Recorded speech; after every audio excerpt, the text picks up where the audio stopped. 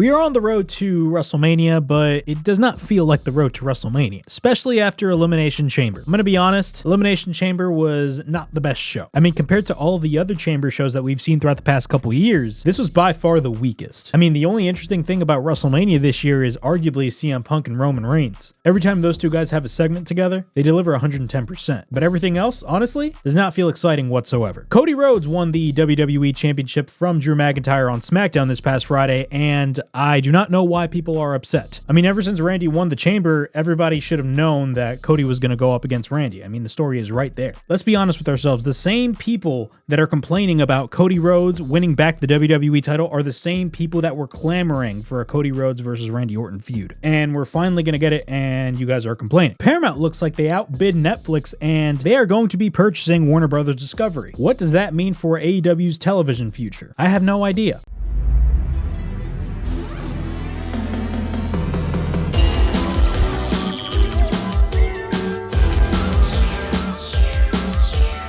The recognized symbol of excellence in sports entertainment.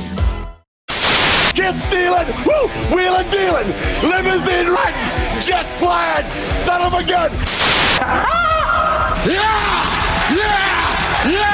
Kurt Angle, yeah! Why, Triple H, you son of a tell me why! And Tony Khan, this is also on you! I am going to ruin wrestling. Just get over it!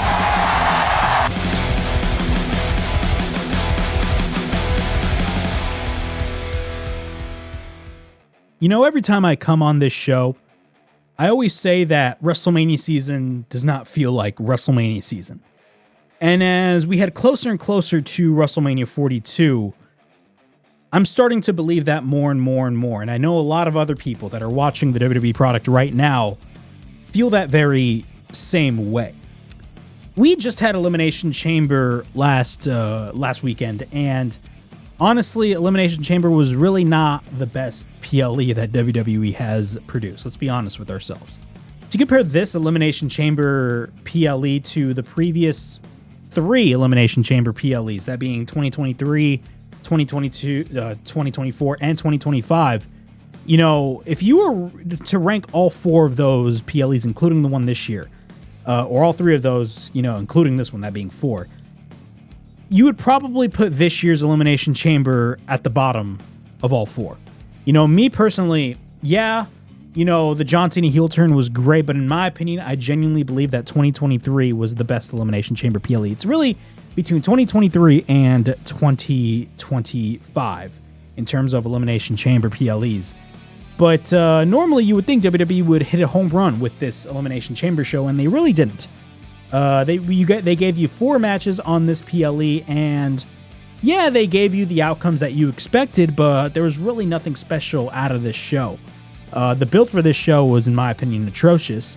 There was really no excitement behind the Elimination Chamber, as there should be. The crowd at the United Center was just not the best. Normally, you know, Chicago tends to be, let's be honest, one of the hot wrestling cities.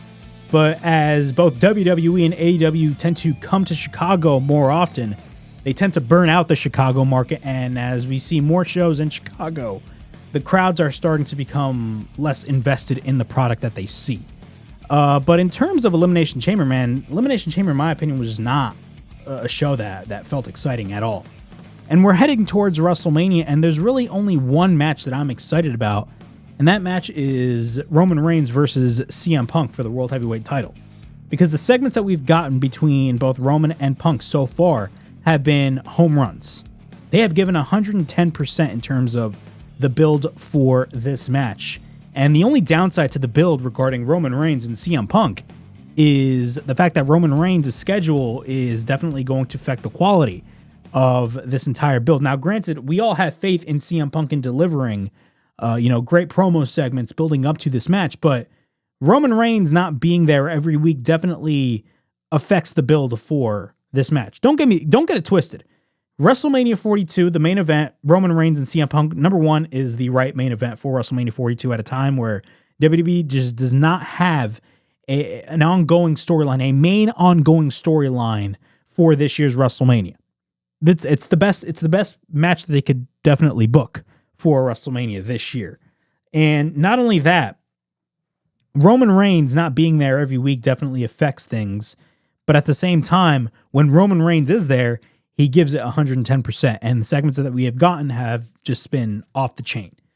But this is the WrestleHavoc Podcast on this Tuesday, March 10th, 2026. I'm actually filming this on a Monday. We are back after a 1-week hiatus. Yes, I took a 1-week hiatus from this show. Number one, I was actually going to do a show the previous week, but I actually missed Elimination Chamber live. And unfortunately, throughout the entire weekend, I was unable to watch the show considering I had so many things going on around me that, you know, I was just super busy that I couldn't catch up on the show, that I ended up catching up on Elimination Chamber this past weekend. So I'm kind of late to the party, but we will be talking about Elimination Chamber on this very show. We're also going to be talking about the Hall of Fame, of course. 2 new entrants in the Hall of Fame throughout the past couple of weeks. AJ Styles has been announced for the WWE Hall of Fame, and including that, AJ Styles has re-signed with WWE. I know throughout the past couple of weeks I've been saying that AJ Styles is going to go to AEW. You know, the fan in me really wants AJ Styles to go to AEW and have one last run, one last year for AJ Styles. And the best place for him to go is AEW. But after that segment on Raw, it's pretty obvious that AJ Styles is going to be staying with WWE and he's going to be in a producer role. And from what it looks like, that's going to be the case. So the whole AEW thing with AJ Styles has been debunked, which sucks. But you know what? It's AJ Styles' career. He can do whatever he wants to do with his career. I am happy for the man. But AJ Styles has been announced for the WWE Hall of Fame, so as well as Demolition. So we're going to be talking about that. Cody Rhodes. Yes, Cody Rhodes has won the WWE Championship back from Drew McIntyre this past Friday on SmackDown. And it has caused a lot of controversy amongst the fan base, a lot of discussion amongst the fan base. A lot of fans are not too happy. Yes, they are not too happy that Cody Rhodes won back the WWE title. But at the same time, I have to ask myself, what else did you expect? Especially after Randy Orton won the Elimination Chamber, you should have known that Cody Rhodes was going to win back the WWE title, considering you, the same people that were complaining about Cody Rhodes winning the WWE title, were advocating for a Cody Rhodes versus Randy Orton feud. So I cannot see the correlation there, but we're going to be talking about that as well. Road Dogg has quit World Wrestling Entertainment, as well as Paramount. Yes, Paramount Skydance, from what it looks like, is going to be buying Warner Brothers Discovery. Originally, we thought it was going to be Netflix that, we originally thought Netflix was going to be buying Warner Brothers Discovery, and it looked like they won the bidding war, but Paramount was hell-bent on buying this company. They did not stop. And from what it looks like, they won the bidding war, and Netflix actually backed out. Now Paramount is going to be acquiring Warner Brothers Discovery. What does that mean for AEW's television future? We're going to be talking about this, all that, and much more right here on the WrestleHavoc Podcast, again on this Tuesday, March 10th, 2026. Again, thank you guys so much for joining me on this edition of the podcast. If you guys want, please make sure to like and subscribe to the WrestleHavoc Podcast channel right here on YouTube, in which we discuss everything in and outside of the squared circle. Make sure to like and subscribe for more content. And as the friggin' referee would say, ring that damn bell for more notifications. Also, if you guys are watching this show on WNN platforms, whether that is on the YouTube page or on the Facebook page, I thank you guys very much for watching me on those platforms as well. But without any further ado, let's get straight into talking about all things professional wrestling. And our first topic that we are going to be talking about is, of course, Elimination Chamber. Elimination Chamber took place 2 weekends ago, and it took place at the United Center in Chicago, Illinois. The first time WWE has been at the United Center since, for a major pay-per-view event, it's been a couple decades. But I believe they did have a house show a couple years ago at the United Center. Correct me if I'm wrong, but it's been a hot minute that WWE has been at the United Center. Normally, every time WWE comes to the Chicago area, they normally go to the Allstate Arena. They never go to the Now Arena, which used to be the Sears Center, or or the United Center, which is the bigger of all three arenas in the Chicago area. They always go to the Allstate Arena. Every time they go to Chicago, WWE goes to the Allstate Arena. But, of course, they had a homecoming at the United Center with Elimination Chamber. And I'm going to be honest, it was not really the best show that WWE has produced. Now, when it comes to these chamber shows, especially ever since Triple H took the book back in the summer of 2022, 9 times out of 10, these Elimination Chamber shows are home runs. I could vividly remember 2023. In my opinion, everybody tends to compare 2023 and 2025. Which one was the better chamber show? Everybody talks about last year's Elimination Chamber PLE with, of course, the John Cena heel turn, the match between Sami Zayn and Kevin Owens. Those were fantastic matches. Fantastic matches and fantastic moments. I don't put that as my favorite chamber throughout the last 3 years, in my opinion, and I'm going to be brutally honest, as much as I loved last year's Elimination Chamber PLE, easily the best pay-per-view of 2025, bar none. I'm actually going to go out on a limb and say 2023 is actually the better show than 2025. The reason why I say that is because I felt a little bit more invested with the WWE product during that period of time. This was right at the beginning. We were a couple of months into the Triple H era per se. And some people were even still assuming that Vince McMahon was still in charge. And around that time was kind of when Vince McMahon was kind of trying to force himself back into the company. But that's another story for another time. But the build to that Elimination Chamber show was so good, mainly based off of what was going on with the Bloodline, with Sami Zayn, him being involved in the Bloodline. And then, of course, the Royal Rumble happens. And then they had that fantastic payoff with Sami Zayn hitting the chair on Roman Reigns. And then after that, you guys know what happened. That began the build towards Sami Zayn versus Roman Reigns. And I can vividly remember people being very upset at the fact that Sami Zayn did not walk out as the WWE champion at the Elimination Chamber. And I can vividly remember, criticizing a lot of fans for thinking that way, considering the fact that, of course, the money match was going to be Cody Rhodes versus Roman Reigns at WrestleMania. And clearly I was right. But in my opinion, that was that was my favorite chamber throughout the past couple of years. 2025 was a phenomenal show, easily one of the best. But in my opinion, I prefer 2023 over 2025 because yes, the John Cena heel turn was fantastic, but knowing the moment itself was great. The moment itself was great, but let's be honest, the entire heel run of John Cena was just disastrous. Let's be honest with ourselves. It was disastrous.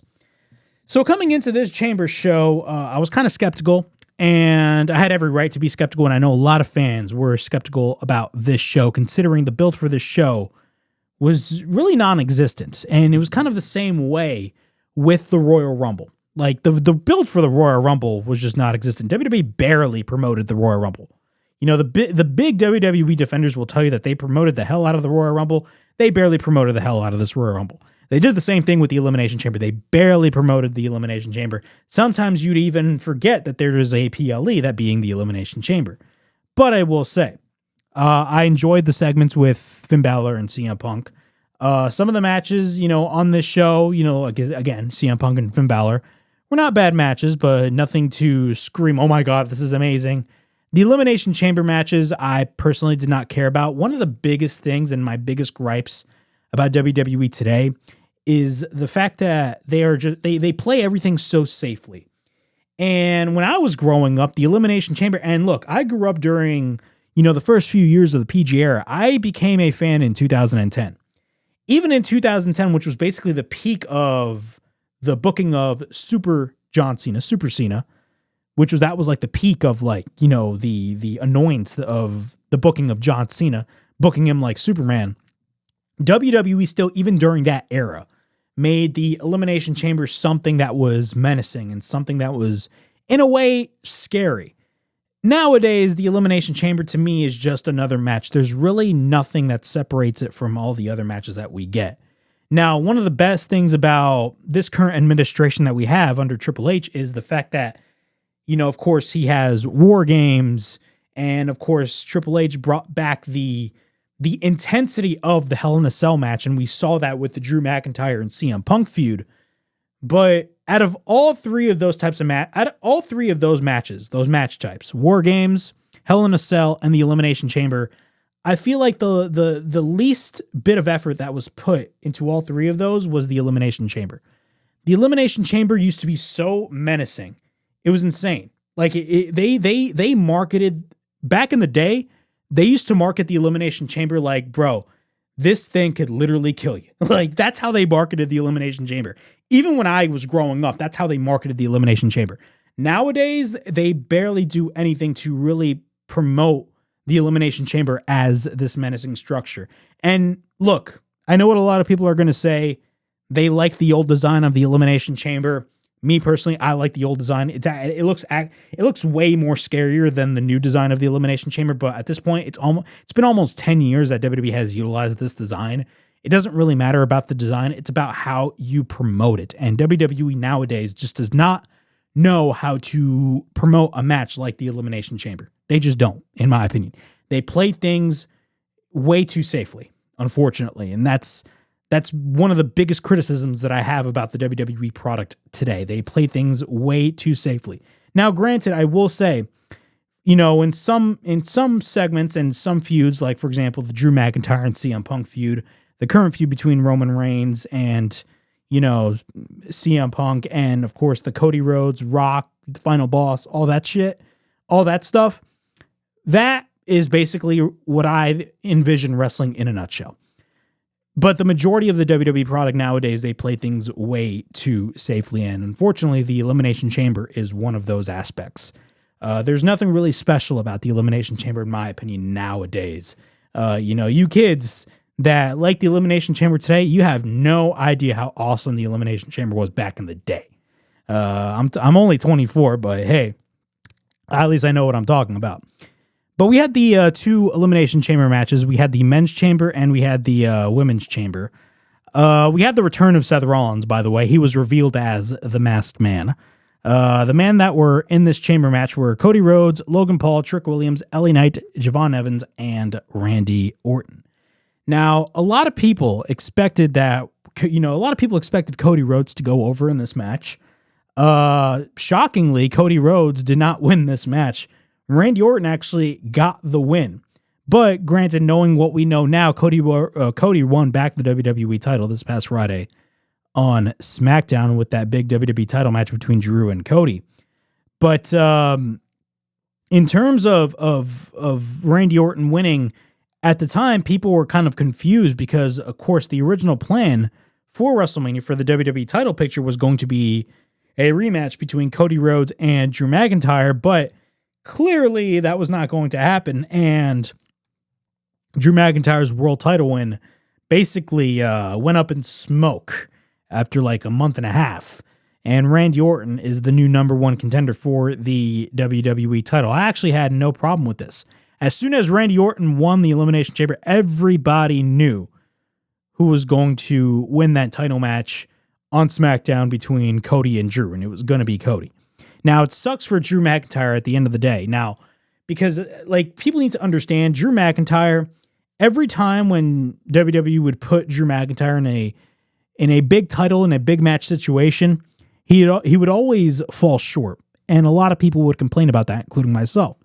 Drew McIntyre is one of the best aspects of WWE TV right now. I thoroughly enjoyed his run, his short-lived run with the WWE title. I loved his first promo as champion. He's just so good as a heel, and he really solidified himself as a phenomenal heel, especially during his feud with CM Punk. His feud with CM Punk was just top tier, in my opinion. But in terms of Drew McIntyre, him losing the title does suck, but at the same time, I mean, it was kind of expected at the end of the day. And in terms of who attacked Jacob Fatu, you know, it's pretty obvious. I mean, some people are speculating and thinking outside the box that it's probably Cody Rhodes. Hey, it's probably Sami Zayn. You know, it's pretty obvious that it's Drew McIntyre, but I digress.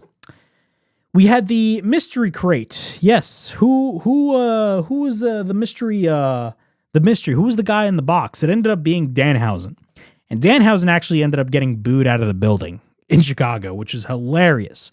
But I will say, throughout the last couple of weeks on WWE television, from what I've seen, because I don't watch the shows in full, because I'm going to be honest, watching Raw and SmackDown in full in 2026 is just, it's a task.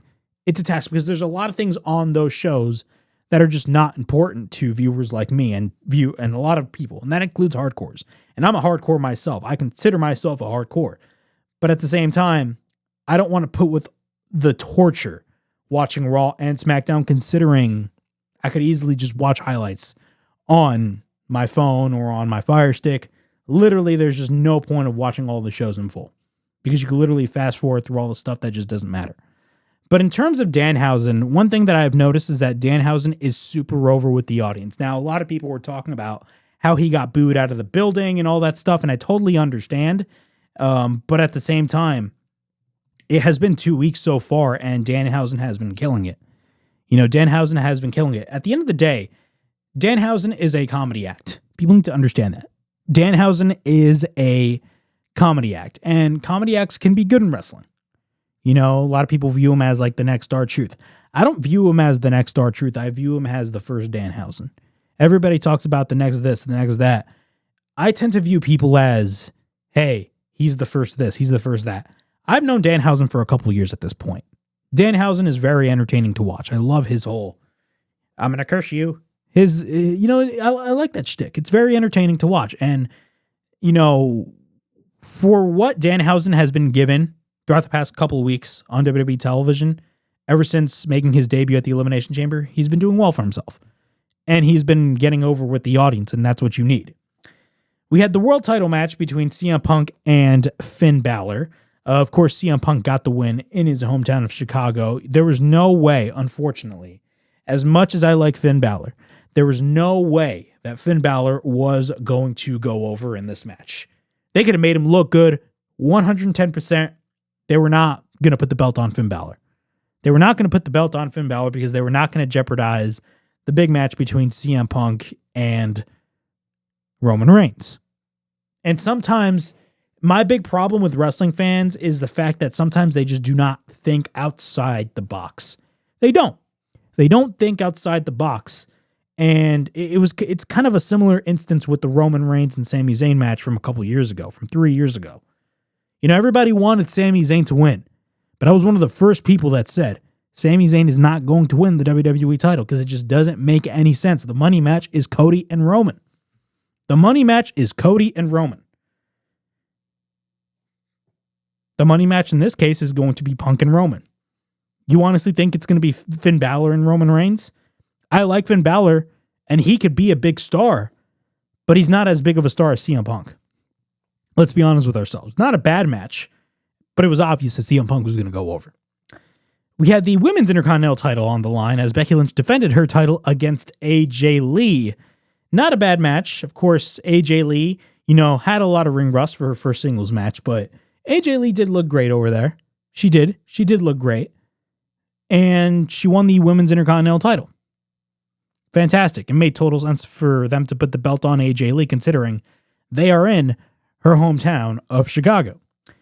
We had the Women's Elimination Chamber match as Rhea Ripley faced off against Asuka. Ironically, Rhea Ripley ended up being the winner. She faced off against Alexa Bliss, Asuka, Raquel, Tiffany Stratton, and Kiana James. Rhea Ripley ended up getting the win, and there was a lot of talk regarding Rhea Ripley, considering she's going to be facing Jade Cargill at WrestleMania for the Women's World title, and a lot of people are confused about whether or not this drama between Jade Cargill and Rhea Ripley is real or not real, or whether it's a work or a shoot, and we will be talking about that later on this show. But Rhea Ripley winning the Women's Elimination Chamber was arguably, honestly bound to happen. If you look at the Raw side, we got Stephanie Vaquer and Liv Morgan going at it for the women's title. Jade really has no opponent there, and the only opponent that could really go after Jade, honestly, from a logical standpoint, is Rhea Ripley at this point. Who else is there? Chelsea Green? No shade on Chelsea Green. I know the office in WWE, primarily in the creative team, the Michael Hayeses and the Road Dogs of the world, do not like Chelsea Green, but hey, whatever. Rhea Ripley was the only logical person to win this women's Elimination Chamber match.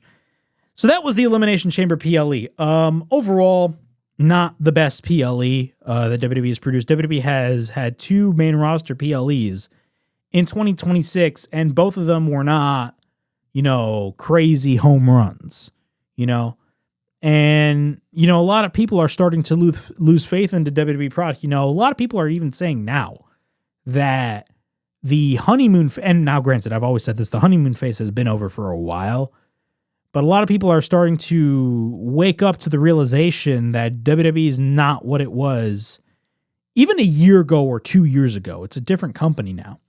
It's more corporate. It's more of a commercial than it is an actual show, unfortunately.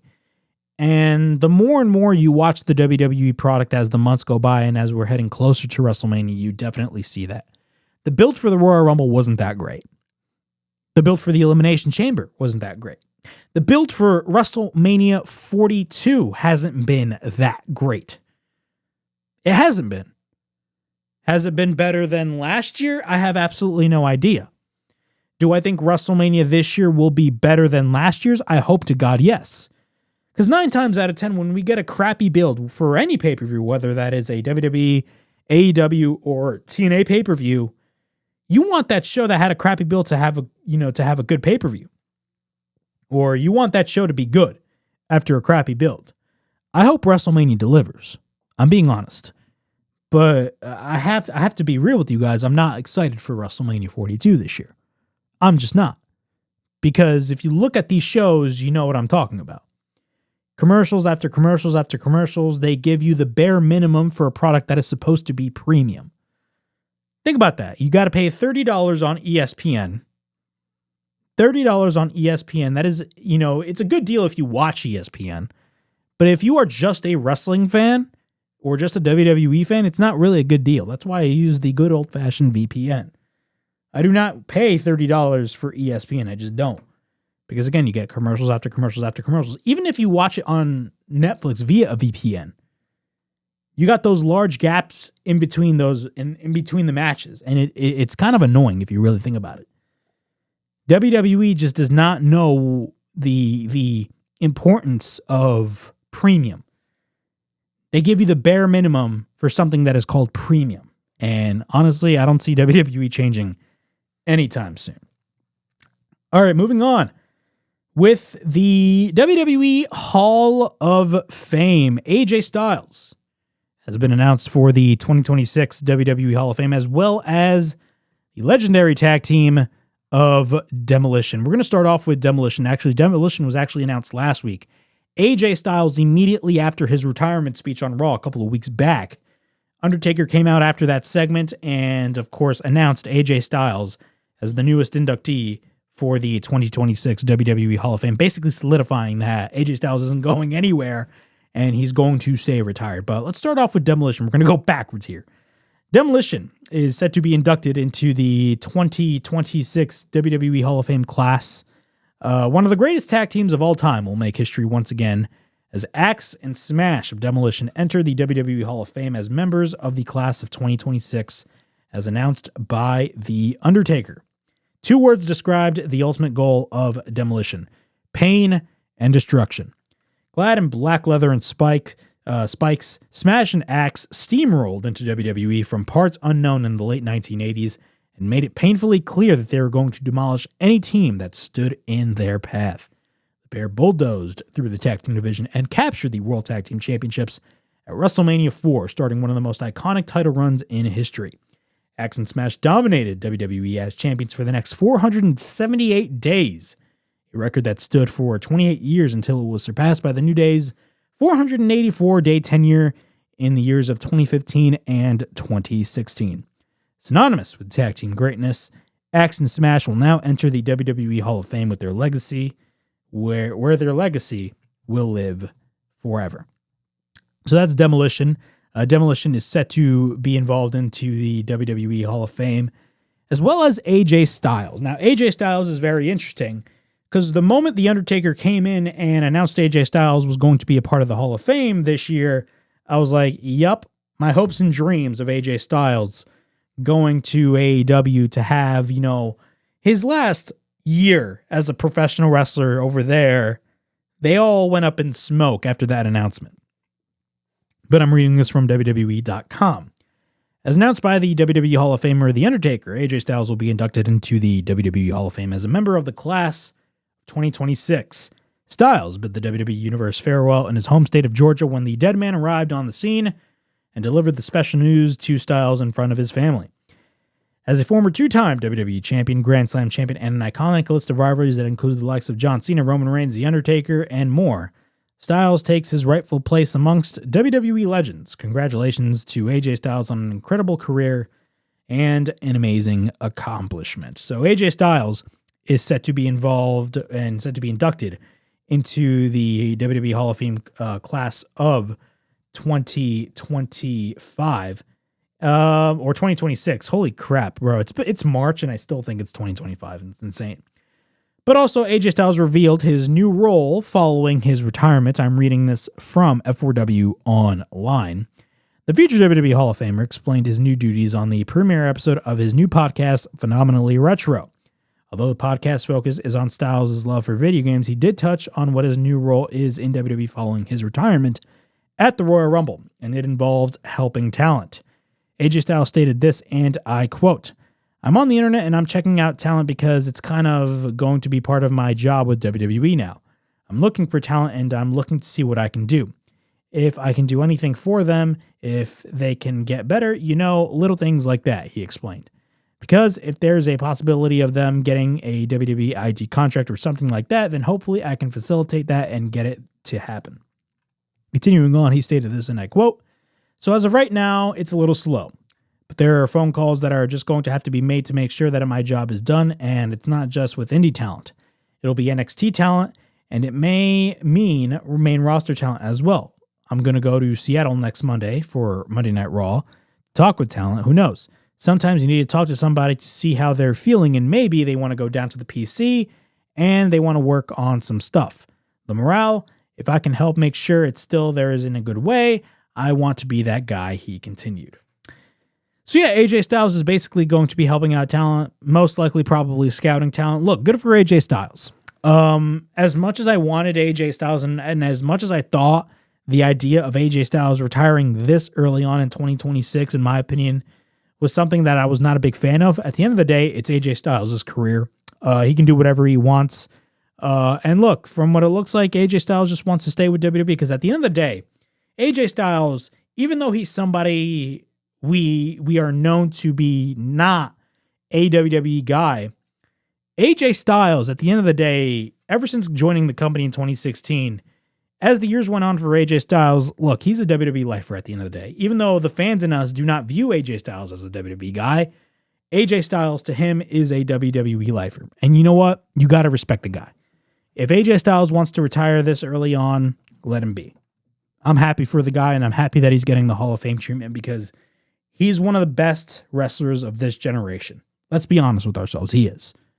And I'm glad, he wanted to close out his career the way he wanted to close out his career.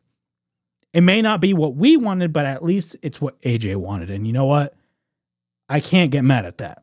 I can't get mad at that at the end of the day. So AJ Styles and Demolition are going to be a part of the WWE Hall of Fame. All right, let's move on to Cody Rhodes. Cody Rhodes has won. Yes, Cody Rhodes has won the WWE Championship. Cody Rhodes won the WWE title from Drew McIntyre this past Friday on SmackDown, and it sparked a lot of conversation on social media. It's got to the point where a fan was, I believe, spent $250, $270 on fake dislikes to make the video the most disliked video on WWE's YouTube channel, whatever. Ridiculous. You must have no life for doing something like that. Imagine spending $250, $270 on something like that. You are the biggest mark I've ever seen in my life. And honestly, you should not be watching wrestling at all. I feel like you need to move away from the wrestling a little bit and go outside and touch grass. That's me. But Cody Rhodes won the WWE title back from Drew McIntyre. And again, it has sparked a lot of conversation, and a lot of fans are not happy with this decision. They're not happy with this decision because of the fact that it's Cody Rhodes. We went from loving Cody Rhodes to now hating Cody Rhodes. It's crazy. What is my opinion on this? My opinion on this is, what did you guys expect? Seriously. What did you expect when Cody Rhodes won the title? Like, what did you expect? Do you honestly think that WWE was going to book a Drew McIntyre versus Randy Orton match? Think about this.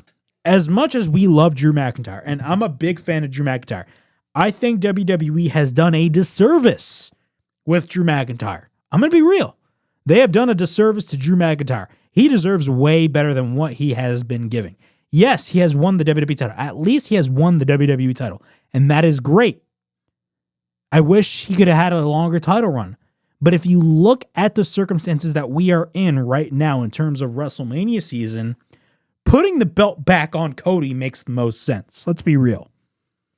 Putting the belt back on Cody makes the most sense because, again, it's WrestleMania season. WWE needs to sell those tickets for WrestleMania. Ticket sales for WrestleMania aren't doing so good right now. Now, granted, a large portion of that has to do with, the product is really, not that exciting right now. The entirety of the product is basically a whole freaking commercial. Not only that, the prices for Las Vegas, and not only that, the ticket prices for WrestleMania themselves are just way too expensive at this point. Way too expensive. But let's be real.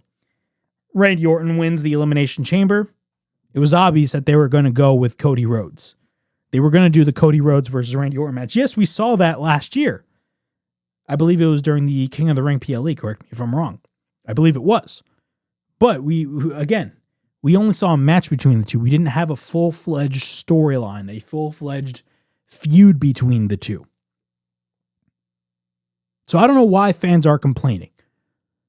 Keep in mind, these are the same fans. These are the same fans that were clamoring. They were clamoring for a Cody Rhodes versus Randy Orton feud. Because again, the story is there.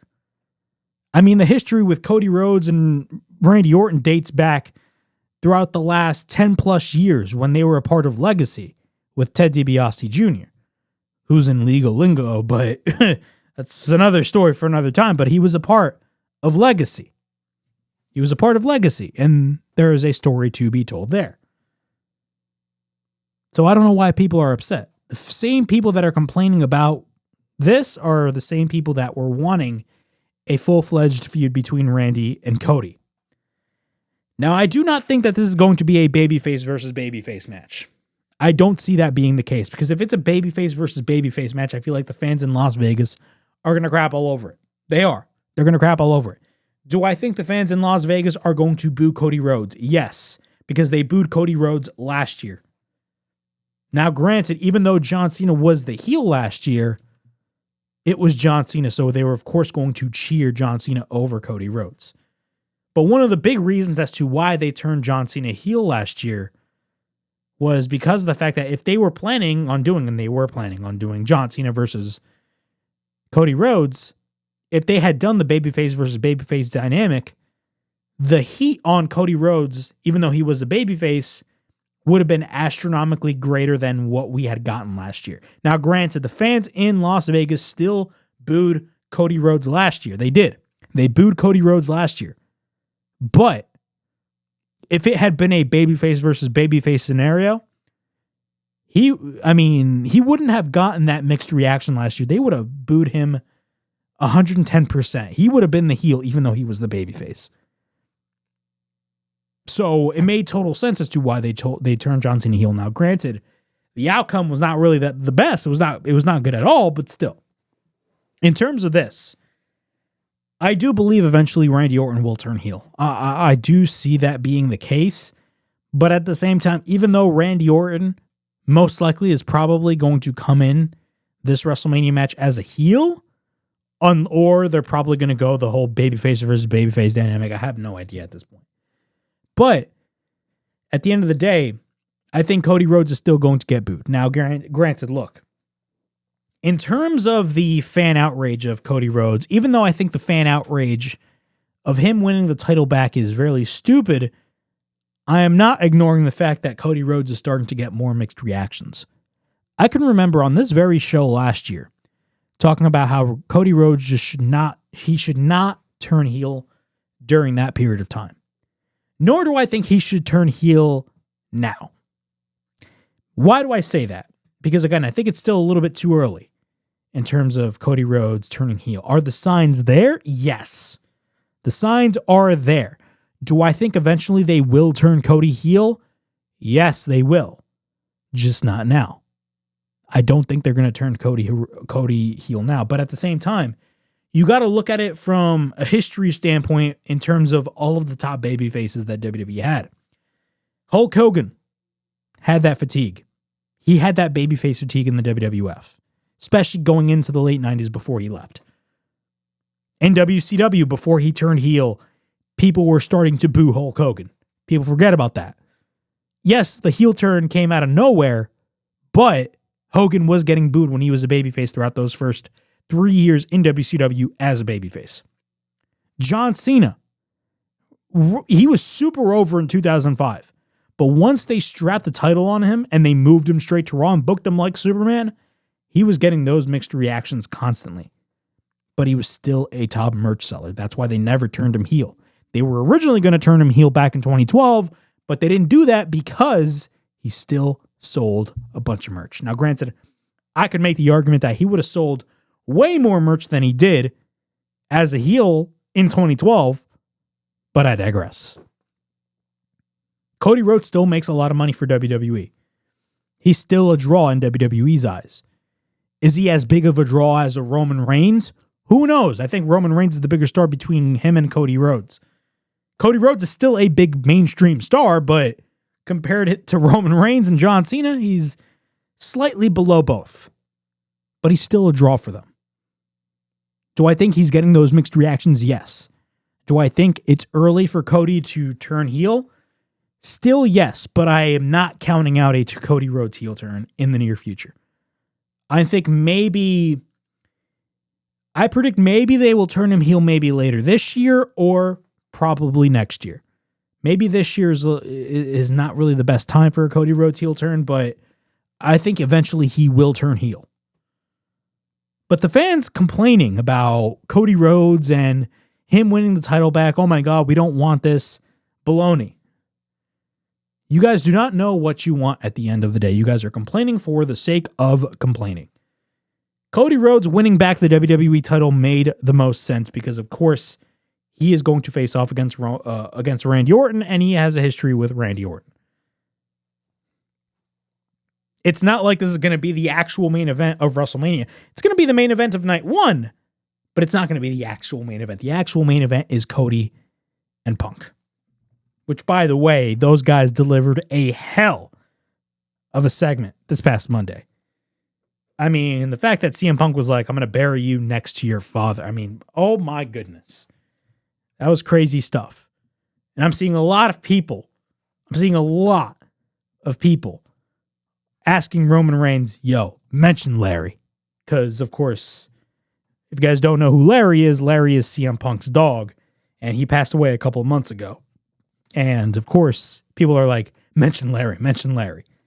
I think it's a little bit too much, but it is what it is. All right. Jade Cargill and Rhea Ripley. Jade Cargill and Rhea Ripley, interesting stuff. So, as you guys all know, Rhea Ripley won the Elimination Chamber. And she's going to be facing Jade Cargill for the WWE Women's title at WrestleMania. Because she cannot choose Stephanie Vaquer considering Liv Morgan won the Royal Rumble. And she chose her opponent, and it's going to be Liv Morgan and Stephanie Vaquer at WrestleMania. So Rhea Ripley is going to go up against Jade. Well, there's a lot of social media drama going on between the two, and a lot of people are confused as to whether or not this whole thing is a shoot or a work. I'm reading this from F4W Online. Of course, those are the people at the Wrestling Observer. Dave Meltzer addressed the social media confrontation between Jade Cargill and Rhea Ripley on Friday's edition of Wrestling Observer newsletter. During the exchange, comments by Ripley, Chelsea Green, and Piper Niven were critical of Cargill, with Ripley taking specific aim at her in-ring work. Reports over the past few days have suggested that the exchange was either a work, a shoot, or work that turned into a shoot, or some combination of the two. Ripley wrote during this exchange, she stated this, and I quote, "Not having fun, not friends, learn to work, and never lie to defame someone's real human character by quote-unquote breaking the fourth wall." Meltzer wrote in Friday's newsletter that the exchange was not a shoot, but that much of the criticism directed at Cargill, particularly regarding her in-ring work, reflects concerns that have been expressed about her by others. Meltzer wrote this, and I quote, "While this was not a shoot, no matter what people tell you, because WWE forbids that type of thing from its talent on social media platforms," and yes, that is a very real thing. WWE is they are very smart when it comes to these situations, because they're not like AEW. Because like in AEW, it's literally the wild, wild South over in Jacksonville. It's literally the wild South. If there's a problem, somebody will express it on social media. They don't care. But in WWE, they are quick to squash it real quick. But Meltzer wrote this: "While this was not a shoot, no matter what people tell you, because WWE forbids that type of thing from its talent on social media platforms, the reality is what was said about Cargill was almost identical to what several other women talent have told me over the past year, and it's really starting after the Shayna Baszler and Cargill confrontation went public." Meltzer was referring to a report from March 2025 regarding a backstage interaction between Cargill and Shayna Baszler. Cargill was said to have confronted Baszler while pointing to a bruise on her arm and telling her that she needed to learn how to work. Baszler reportedly responded, "If I was shooting, you and I would both know." Meltzer continued regarding Cargill, "It's natural with the resentment of her being pushed while not being good in the ring or anything special on promos. But completely due to her unique look, there was a feeling that, look or not, she didn't get over to the level others have, didn't improve in the ring, and in the case starting in the wake of the Baszler situation, would blame her partners when matches had issues. Most of the women believe that they are better and didn't get the same chances, which leads to resentment." Okay. We then fast forward to the segment between both Jade Cargill and Rhea Ripley this past Friday on SmackDown, and it got panned universally. Everybody expected somewhat of a, Tiffany Stratton, Charlotte Flair type segment, like with the likes that we got last year. But that was not really the case. The segment was, in my opinion, all right. Not the best segment that I've seen. It's not the greatest thing of all time. It's not. But was it good? No, not really. Was it bad? Not as bad as a lot of people make it out to be, but it wasn't great. It wasn't great. It was just a segment building up to a match. It was your, back and forth, but like not too crazy back and forth like Roman and Punk. This was like your typical WWE shtick. That's what it basically was watching this. What are my thoughts on this whole scenario regarding heat on Jade Cargill? Is this whole thing a shoot or work? What the hell is going on? Look, when Rhea won the Elimination Chamber, we all knew it was going to be Rhea and Jade Cargill. But let's be honest with ourselves. There was no real story behind Jade Cargill and Rhea Ripley before these quote-unquote social media exchanges.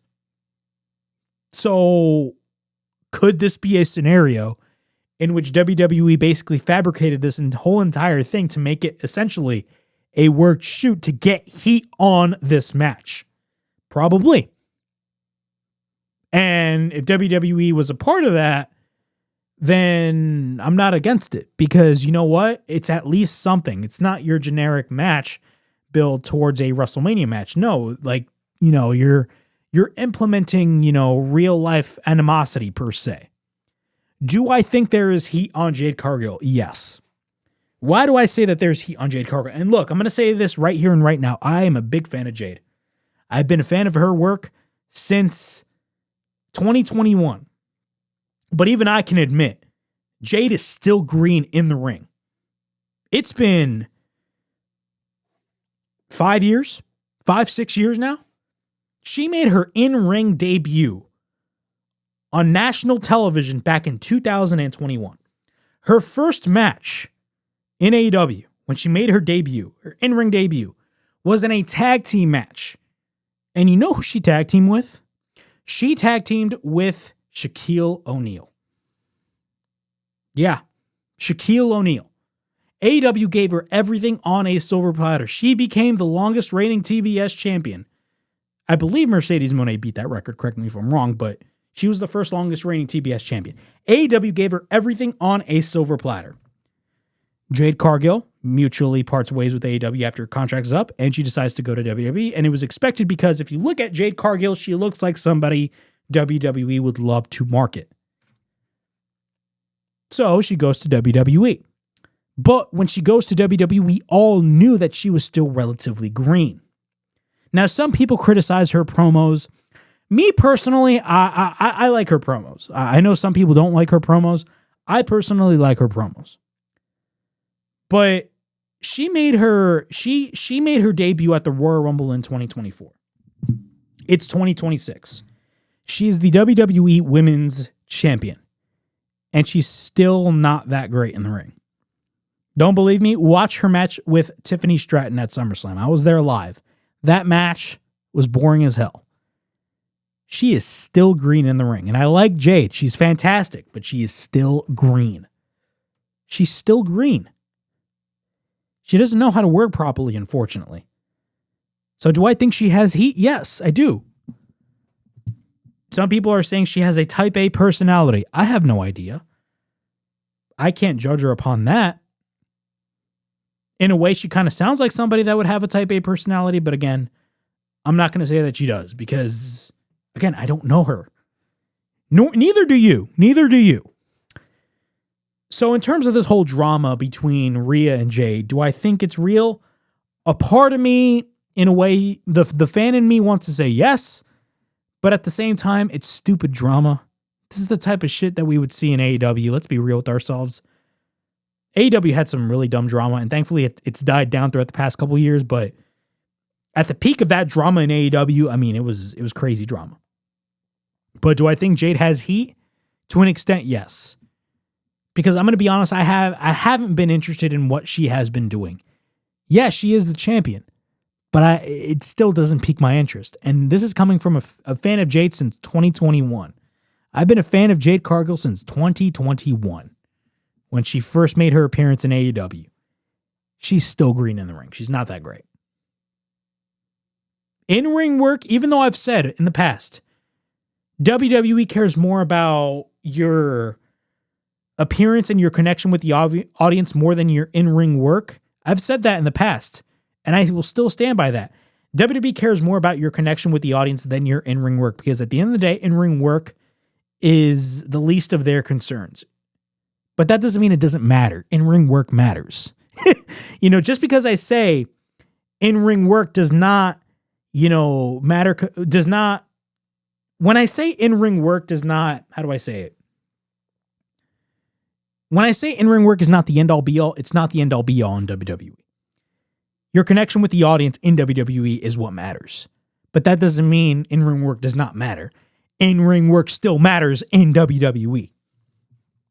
You know what I'm saying?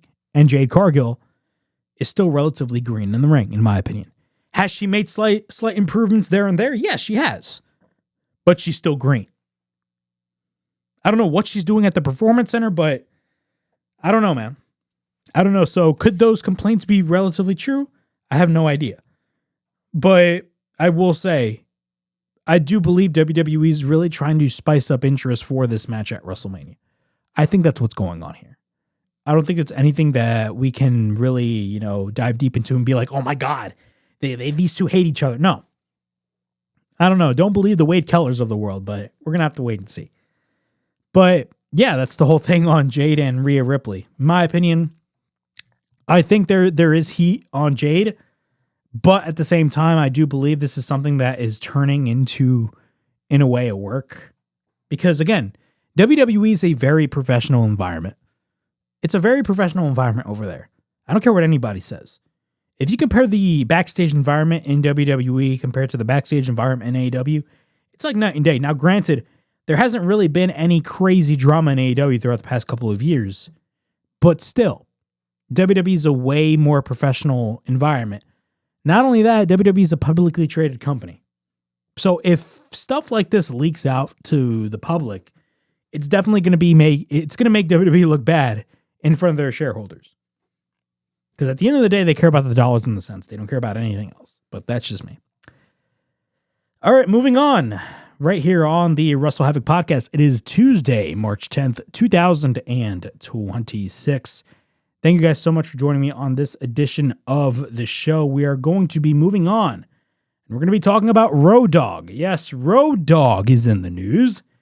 And Road Dogg, Jesse James, has left World Wrestling Entertainment. And there's going to be a major creative shakeup. Brian Road Dogg James has exited WWE after serving as a key member of the company's creative team, ending a run that included writing duties for SmackDown. According to the Wrestling Observer newsletter, the departure followed James' annual performance review, which reportedly influenced his decision to move on. Meltzer noted that a person close to the situation indicated that tension had been brewing behind the scenes, while WWE has not issued a formal statement regarding the circumstances. Additionally, Meltzer reported that those close to the situation believe James chose to step away because he wasn't happy with the review. He also noted that James might say he left over something else, and quote-unquote, only he would know exactly why he did so, but it was ultimately his decision to leave. Another detail surrounding the departure involving a conversation appearance James had previously had been approved by WWE to attend later this month. WWE ended up withdrawing that approval. Ultimately, the decision to leave appears to have come from James himself following the annual review discussion. Road Dogg, 56 years old, had long been associated with WWE in both in-ring and backstage roles. As a performer, he gained mainstream recognition as part of DX during the Attitude Era. After his active wrestling career slowed down, he transitioned to a behind-the-scenes position, eventually working within WWE's creative structure. During his time as the head writer on the creative team, James contributed to the direction of SmackDown programming and storyline development. His experience from earlier eras of wrestling often influenced creative decisions within the writer's room. For now, there are no confirmed details about his next professional step. Interesting. A lot of people are talking negatively about Road Dogg and all that stuff, and you can. But at the end of the day, everybody tends to blame Road Dogg as to one of the reasons as to why SmackDown has just been a dreadful show.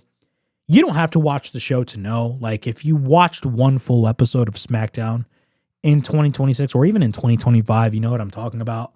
It's unbearable to watch. The show went from 2 hours to 3 hours, back to 2 hours, back to 3 hours. 3 hours of wrestling show, regardless of what show it is terrible. Absolutely terrible. Also, if you watch WWE Unreal and you watch, Road Dogg in those creative scenes, I mean, he did not look good. So he did not look good in those creative rooms. He just didn't. He did not look good at all. You can blame that on the editors all you want. But if there's one thing that WWE Unreal showed, was the incompetence of the creative team. Like, the creative team, if you watch those creative scenes and those creative discussions on WWE Unreal, it's embarrassing. It's embarrassing and it's lame. And look, I think Triple H has done a lot of great things in WWE, especially when he first took the book back in 2022. He's done a lot of great things in NXT, but let's be honest, the team around him is atrocious. It is. They are, because they're absolutely clueless. They don't know what they don't know what they are writing. They tend to complicate things on something that really does not need to be that complicated. It's frickin' wrestling. But the wrestling business will always be the wrestling business, and they will not simplify anything. It has to be very complex. Advice: simplification, not complication, as what an old professor will tell me. But in terms of Road Dogg, Jesse James, look, if you watch WWE Unreal and you watch that one scene about how they wanted to, I believe, put the belt back on Chelsea Green, and, Triple H asked him, okay, where do we go from there? What challengers is she going to have? Road Dogg was like, I don't know. that pretty much solidified Road Dogg and the creative team and his future. He had no idea what he was doing. No idea what he was doing. But I'm not going to put all the blame on Road Dogg because, again, it's a team. And at the end of the day, you have to put the blame on one person, and that person is the guy at the head of the table, no pun intended, and that is Paul Levesque. Look, WWE hasn't really hit on all strides this year or last year. Why is that? Well, the shows are uninteresting. They're just uninteresting. The only things that are interesting are the main event segments and the main event scene. That's it. Everything else, nothing of importance. But Road Dogg is gone from WWE, and from what it looks like, he quit the company. All right, moving on. Moving on with WrestleMania 42. WrestleMania 42, of course, is going to be taking place next month. And we have a couple matches announced for WrestleMania. We got CM Punk versus Roman Reigns for the World Heavyweight title. Stephanie Vaquer versus Liv Morgan for the Women's World Championship. Jade Cargill versus Rhea Ripley for the WWE Women's title. Cody Rhodes versus Randy Orton for the undisputed WWE title. And Brock Lesnar is going to be wrestling on the show, but we do not know who he is going to be wrestling. So that is the WrestleMania 42 card so far. All right. We're going to shift gears now to AEW, and we're going to be talking about their media rights because a major shakeup took place in the realm of entertainment. As you guys all know, the sale of Warner Brothers Discovery was the big talking point of the entire entertainment industry throughout the past couple of months. And for a short minute, we all thought that Netflix was going to be the one to purchase Warner Brothers Discovery. But the Ellisons, the guys that own Paramount Skydance, have been making moves, and they were hell-bent on buying Warner Brothers Discovery. They did not stop. Counterbid after counterbid after counterbid. Got so bad to the point where Netflix was like, you know what? We give up. We don't need this anymore. Screw you, Paramount. Go in. Damn. Go buy them. Damn. They didn't care. Well, shocking news came out last week on February 27th. Paramount is set to acquire Warner Brothers Discovery to form Next Generation Global Media and Entertainment Company. This was on February 27th, 2026.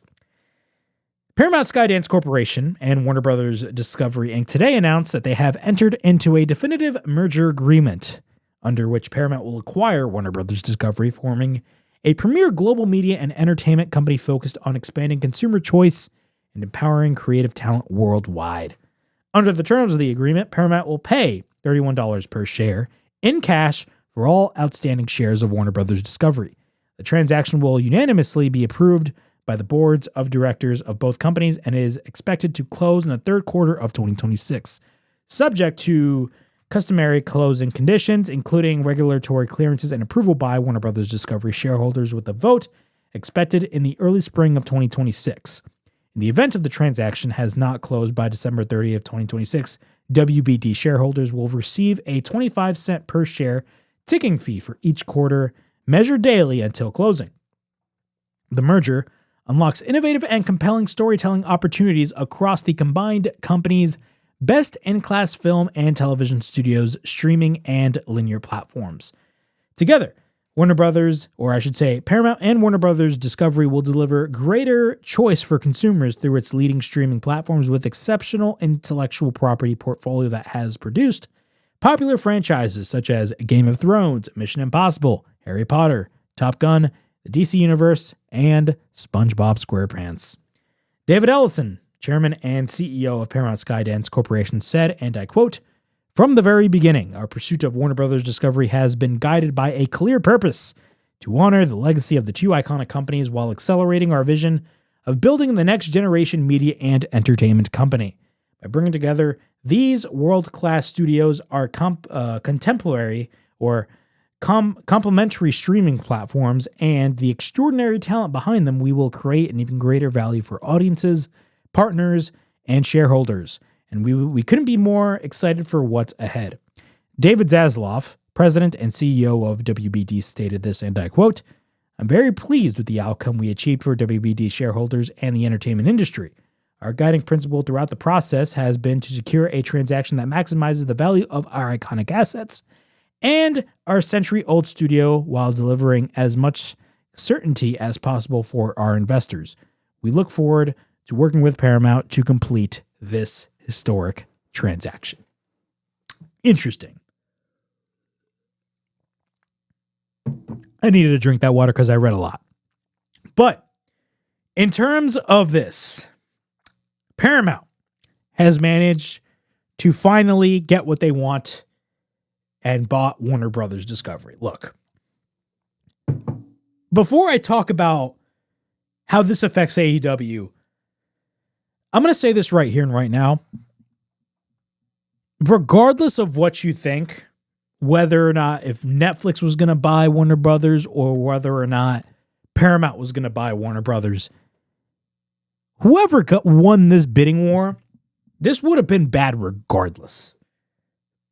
Let's be real with ourselves. Why? Because this is another scenario of the market basically getting gobbled up. Warner Brothers is an institution in entertainment. Literally an institution in entertainment. And they're being gobbled up by either Paramount or Netflix. Netflix, it would have been bad regardless because, number one, Netflix's business strategy is really based on analytics, and they do not care at all about the theatrical experience. They will tell you that they do, but they do not care about the theatrical experience at all. They don't. They do not care about the theatrical experience at all. Paramount, on one hand, seems in a way like the better option, but at the same time, the amount of debt that Paramount is going to go under once they finalize this deal with WBD is going to be enormous.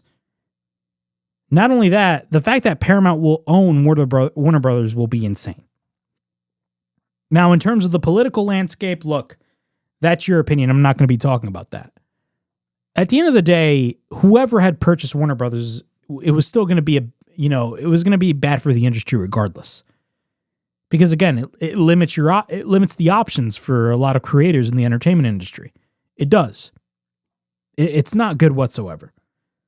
Now, one thing I will say is that Netflix, if they had, managed to get their way and were set to buy Warner Brothers Discovery, they only cared about the television studio or the movie studio. They didn't care about all the other assets. They didn't care about the cable channels. They didn't care about the TNT, TBSs, True TVs, CNNs. They didn't care about those networks. Because again, Warner Brothers was originally going to split into two separate companies. And one of them was going to be, I believe, film and television, and the other one was just going to be, their television networks. But with Paramount is actually going to buy everything. Because they see the value in, all these cable stations, even though cable is a dying business. They see the value in a CNN. They see the value in, per se, a TNT and TBS. Now, how does this affect AEW? Well, there were reports saying that Tony Khan was thrilled with Paramount and Warner Brothers Discovery merging together. I'm reading this from the Wrestling Observer newsletter. Dave Meltzer addressed the AEW's president's reaction to the news in this week's edition of the Wrestling Observer newsletter, noting that while Khan was said to be thrilled with the news, others believe that Paramount could, due to the pressure from TKO given to its contracts with the UFC and Zuffa Boxing, move to get rid of WWE's only significant wrestling competition. Meltzer wrote this, and I quote, "The most important news story in wrestling as far as the future and viability of AEW is just a tiny piece of the puzzle in the proposed Paramount purchase of WBD. There is a ton of speculation as to what it means. Those close to Tony Khan say that he was thrilled when the news came out, feeling that this was the best possible scenario for him. Others are claiming it's the death knell because Paramount, either to cut back on its costs or due to pressure from TKO, given that they have contracts with the UFC and Zuffa Boxing, will get rid of TKO's only real significant wrestling competition." Paramount Skydance CEO David Ellison had said the plan is for HBO Max and Paramount Plus to merge into a single streaming service. In my opinion, that is not a good move whatsoever. According to a report from January, HBO Max has approximately 135 million subscribers worldwide, 59 million of which are in the United States, while Paramount Plus has only 79 million subscribers worldwide, 35.8 million of which are in the United States. So they want to merge that into one streaming service. In my opinion, that's not a smart move. I'd keep them both separate. That's just me, but hey, man, that's David Ellison doing what he wants to do. Now, in terms of AEW, how does it affect AEW as a whole? Number one, it would have affected AEW regardless. We do not, I mean, we're still in the early stages. I believe the deal is going to close within the third quarter of this year. But AEW is locked in, I believe, at least till next year, and they have an option year. So if they take that option year, I would say it is a good sign. But I've always stated this about TKO and their business tactics. They may be greedy, but they're not stupid. They know that AEW is really the only competitor out there. Because let's be honest, AEW is a bigger threat in WWE's eyes than what the PFL is to the UFC's eyes. Let's be honest. The PFL is a freaking joke. The PFL is a joke. It is. The Professional Fighters League, like, they are a joke. AEW, in my opinion, is a much bigger number 2 wrestling promotion than the PFL is as a number 2 mixed martial arts promotion. Let's be real with ourselves. WWE has tried everything in the book. They tried everything by counter-programming AEW to really steal that thunder away from them. One of the things that TKO has done strategically well, and I've been saying this ever since they announced the deal with Netflix, ever since they, of course, signed that deal with SmackDown with NBCU, and signed that deal with UFC, signing that deal with Paramount Plus. TKO has been very strategic with all of their television partners. One of the things that they've been doing is that they're basically limiting the amount of television partners at AEW, or potential television partners for AEW. They are limiting all of these different television platforms for AEW to not go to these television platforms to negotiate a new deal. That's basically what's going on. I wish I had explained that a little bit better, but they're basically limiting AEW's options. Now, Paramount seems like a better option for AEW, but at the same time, they have a deal with the UFC. A $7.7 billion deal, by the way. $7.7 billion deal. Some people say it's a bad deal. Some people say it's a good deal. It's a good deal for the consumer. But the biggest question that you need to ask yourself is Paramount going to make all of those $7.7 billion back from the UFC? With Paramount Plus alone, I don't think so. Are they going to put some shows on CBS? Yeah, they are. I do see them putting shows on CBS. But with them owning all the other television networks like the TNTs, the TBSs, we could be seeing UFC on the Turner networks, on TBS, TNT. How is that going to favor AEW? Are they going to use AEW as a lead-in? Are they going to use UFC as a lead-in for AEW? We're going to have to wait and see. How is the viewership going to be for the UFC if they go on TNT? We're going to have to wait and see. We don't even know if they're going to go on TNT. Again, this is just speculation on my end.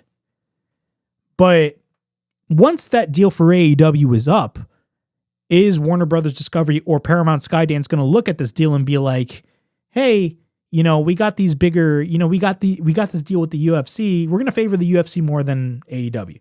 We do not know. Again, UFC is a TKO owned property. But at the end of the day, Paramount is the one that makes the decisions, not TKO. We also need to understand that PFL had a deal with ESPN when the UFC was on ESPN. Top Rank had a deal with ESPN. So, granted, where's Top Rank now? They don't have a deal, I believe, at the moment. Correct me if I'm wrong, but still. These are things that we need to talk about. How will this affect AEW? We have no idea. Will this limit, potential partners for AEW? Yes, it will. Because AEW cannot go to Paramount. Paramount and Warner Brothers are going to be merged into one.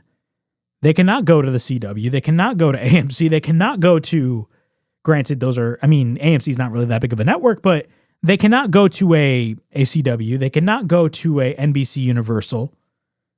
Their options are limited once this deal is up. Their options are limited. Is Warner Brothers Discovery making money back from AEW? Do they still see AEW as valuable? We do not know. The only logical option I see AEW going to after their deal is up is Amazon. And that's not a bad platform. Amazon has hits.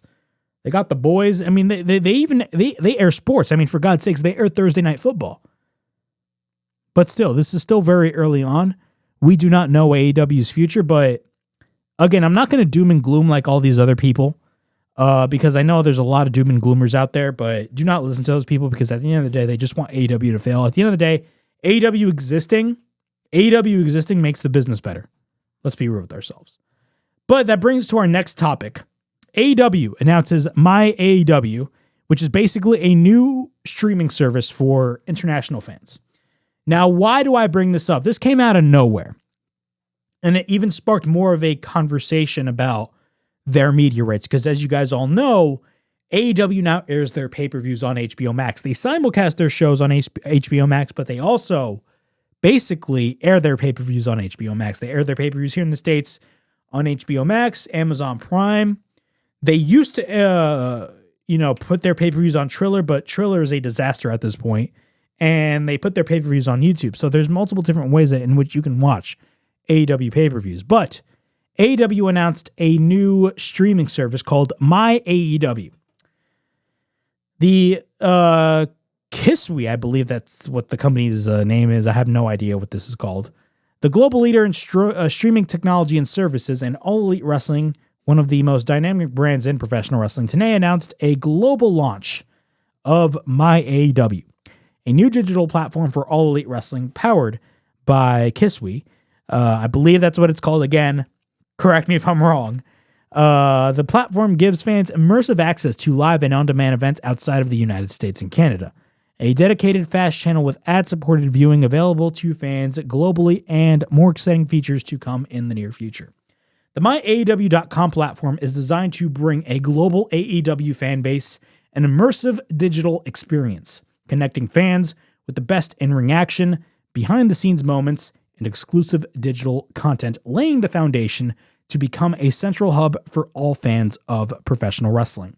Launching ahead of AEW Revolution, which features stars like Hangman, Adam Page, MJF, Jon Moxley, Willow Nightingale, FTR, the Young Bucks, the partnership marks the beginning of a long-term evolution for MyAEW, with continued advancements and developments over the next year. In a quote by Tony Khan, he stated this, and I quote, "We are excited to partner with Kiswe for the launch of the new MyAEW platform.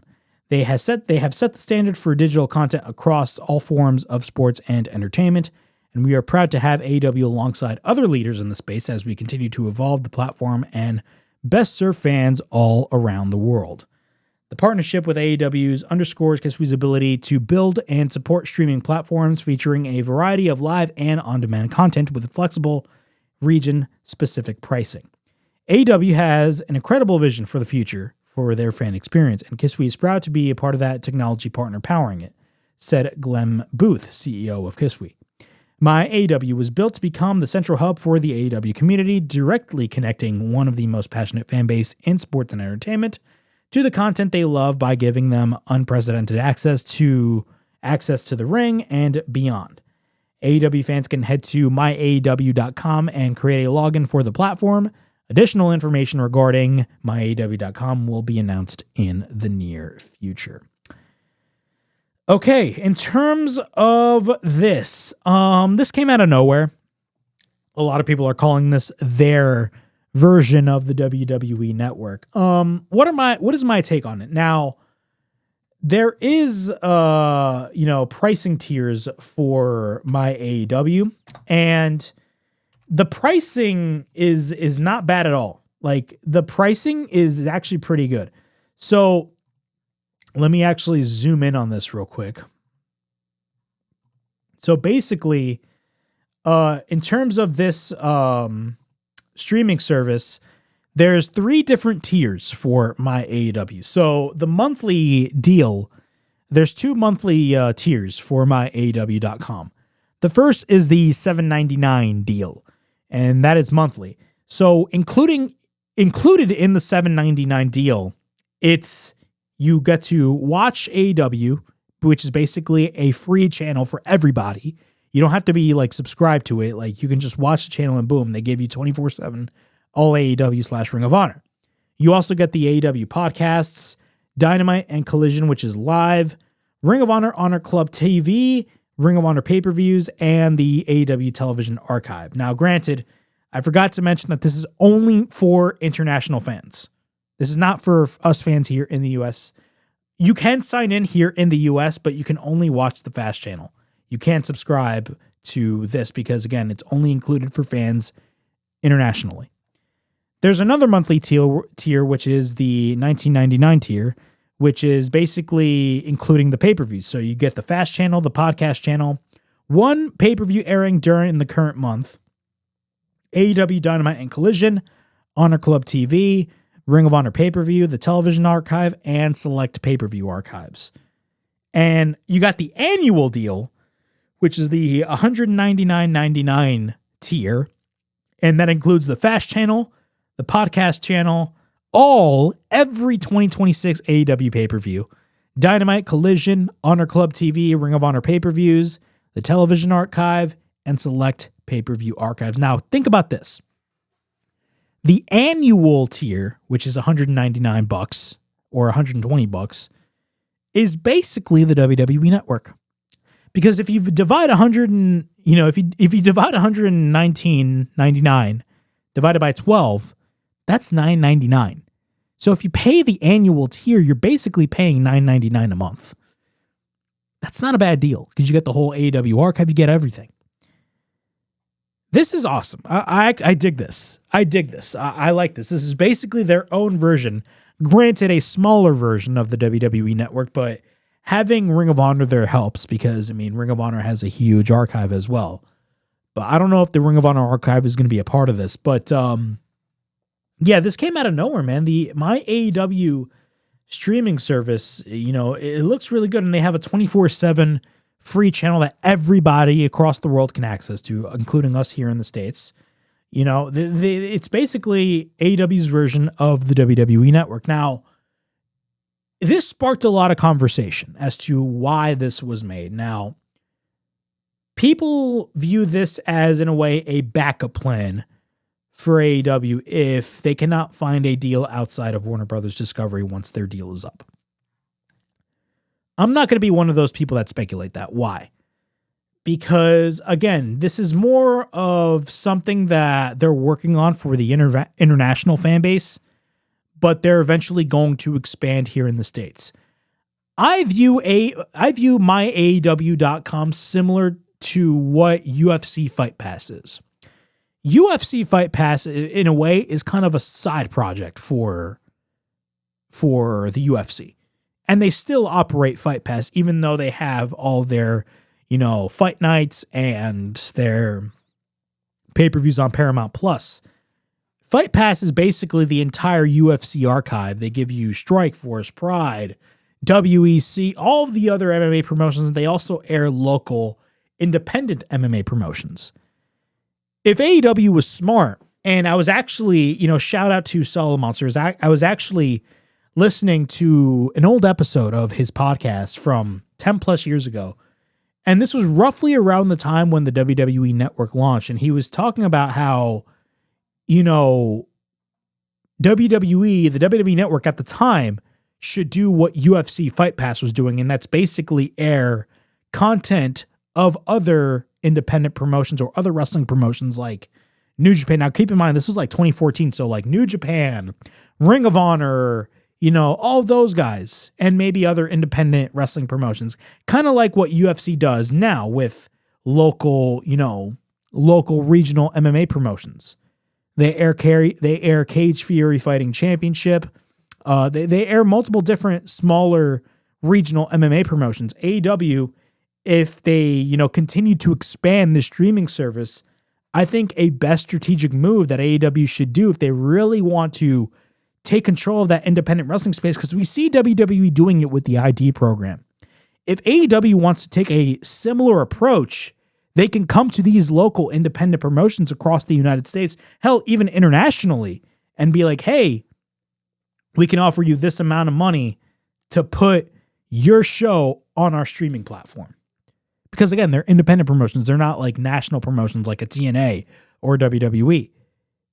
It's something to think about, but they should really take what UFC has done with UFC Fight Pass and really implement that on their streaming service. Now, in terms of once this expands to the US, like, is this a sign that, their deal with the Warner Brothers Discovery, is going to go south once their deal is up? I have no idea. But one thing I will say, this is a smart move on AEW's end because they're looking towards the future. And this could be a potential backup plan if, God forbid, something happens, which I doubt it will. I don't think AEW has the leverage that a UFC or a WWE has, because they got all the leverage in the world in terms of television. But I think AEW has some sort of leverage in terms of television. You know what I'm saying? I do think they will eventually go towards an Amazon, for their next major television media rights deal. That's what I see happening. That's my prediction. I think they will eventually move all their content to Amazon. But in terms of this streaming service, it's a smart play on AEW's end. And I'm very curious to see what AEW does. But as of right now, in terms of these subscriptions, it's only going to be geared towards international fans. But no worries. Use the good old VPN. All right. Moving on to our final topic, we're going to be talking about Revolution. Revolution is taking place this weekend, March 15th, and the card is absolutely stacked. I'm very excited. So for the 0 hour, we got a battle royal, a 21-man blackjack battle royale for Ricochet's national title. We got what else? What else is on the 0 hour? Well, nothing else is on the 0 hour, but in terms of the main card, we got Timeless Tony Storm taking on Marina Shafir. Swerve Strickland is taking on Brody King. Bandito is going to be taking on Andrade El Idolo. We got the Don Callis family taking on Mystico and Jet Speed, which is going to be a great match. We got a rematch from Grand Slam Australia as John Cena. John Moxley defends his Continental title against Konosuke Takeshita, which, by the way, speaking of Konosuke Takeshita, he had a banger with El Phantasmo at the New Japan show. I was in attendance for that New Japan show. Holy crap. Takeshita, by the way, won the NJPW Strong title from El Phantasmo, but it was a fantastic match. Definitely give it a watch. But Takeshita will take on John Moxley for the Continental title, and it's going to be a no time limit. There's going to be no time limit in this match. FTR will defend their AEW World Tag Team titles against the Young Bucks. Tekla will be defending her newly won women's title in a 2 out of 3 falls match against Chris Statlander. And MJF will be defending his AEW World Championship against Hangman Adam Page in a Texas death match. AEW Revolution will be taking place at the Crypto.com Arena March 15th, 2026. That is this weekend, and I'm very excited for this show, primarily the main event. But yeah, that was the WrestleHavoc Podcast on this Tuesday, March 10th, 2026. Thank you guys so much for joining me on this edition of the show, and as always, please like, subscribe, comment down below, push that bell for notifications. Look out for more videos right here on the WrestleHavoc Podcast channel, in which we discuss everything in and outside of the squared circle. Make sure to like and subscribe for more content. And as the freaking referee would say, ring, ring, ring that damn bell for more notifications. As always, it is yours truly, Flamin' Ricky DeRays, signing out. I'll see you guys all next week. Peace.